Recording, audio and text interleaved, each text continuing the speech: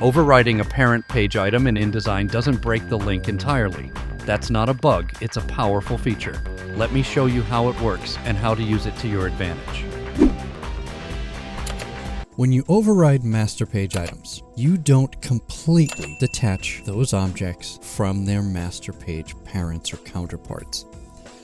Instead, you only override the attributes individually of these objects. For example, here is a document page to which I have applied the section splash master. You can see as I click around and try and select things, I can't because everything's a master page object. Now, if I hold Command Shift or Control Shift on Windows and click on the main title text frame, that overrides it from its master page counterpart. I can then switch to my type tool, go in there, and put in a new title. I have now overridden this. I'll switch back to the Move tool. And you can see the thumbnail down here on the right, and it shows me that I have section splash applied. And if I go there, you can see that still says of terms.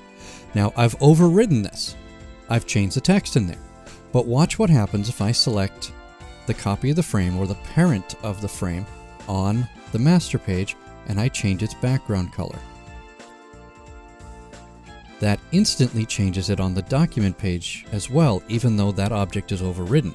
Because I haven't changed the fill of the document page version, that fill attribute is still tied to its parent on the master page.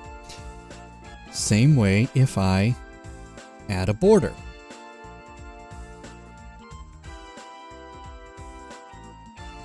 We'll make that border a nice contrasting color. And you can see it appears in the thumbnail down here. Now watch if I go to Object, Corner Options, and let's go with an inverse rounded, which is of course horrible. But hey, it's a yellow frame with a magenta border. How much more horrible can it get? And as I apply this, you can see it also applies to the document page. So overriding the object doesn't mean it's completely detached from its master or parent page. The document or child page is still connected and retains any attributes not specifically overridden. I'll change that text so it's a little more readable. Let's go back here, change the type color to black, and notice that doesn't change. That's because it's text attribute. Oops, forgot to change the type.